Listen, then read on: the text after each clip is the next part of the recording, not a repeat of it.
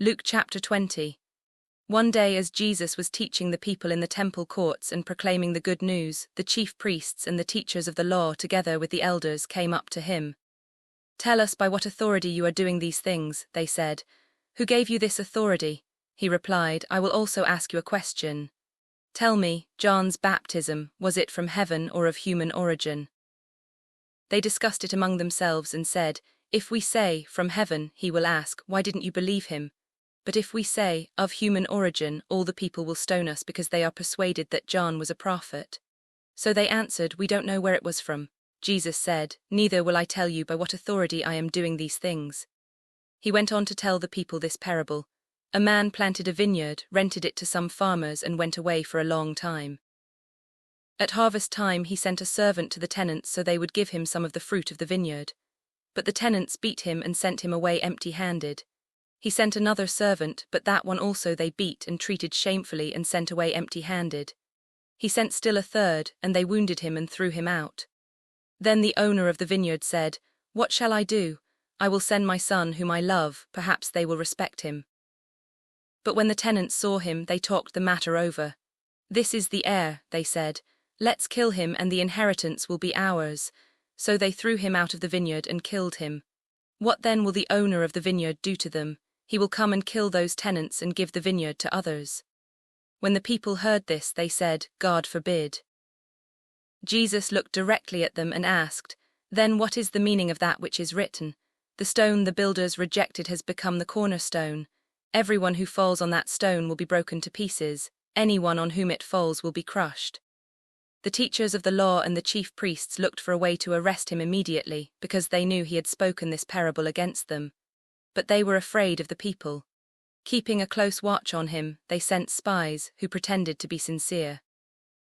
They hoped to catch Jesus in something he said so that they might hand him over to the power and authority of the governor. So the spies questioned him, "Teacher, we know that you speak and teach what is right, and that you do not show partiality but teach the way of God in accordance with the truth.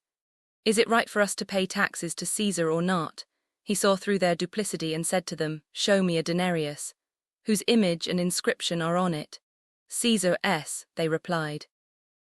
He said to them, "Then give back to Caesar what is Caesar's and to God what is God's." They were unable to trap him in what he had said there in public, and astonished by his answer they became silent. Some of the Sadducees who say there is no resurrection came to Jesus with a question. "Teacher," they said, "Moses wrote for us that if a man's brother dies and leaves a wife but no children, the man must marry the widow and raise up offspring for his brother.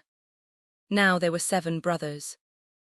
The first one married a woman and died childless. The second and then the third married her, and in the same way the 7 died, leaving no children. Finally, the woman died too. Now then, at the resurrection, whose wife will she be, since the 7 were married to her?" Jesus replied, "The people of this age marry and are given in marriage. But those who are considered worthy of taking part in the age to come and in the resurrection from the dead will neither marry nor be given in marriage, and they can no longer die, for they are like the angels. They are God's children since they are children of the resurrection. But in the account of the burning bush, even Moses showed that the dead rise, for he calls the Lord the God of Abraham and the God of Isaac and the God of Jacob. He is not the God of the dead, but of the living, for to him all are alive." Some of the teachers of the law responded, "Well said, teacher," and no one dared to ask him any more questions. Then Jesus said to them, "Why is it said that the Messiah is the son of David?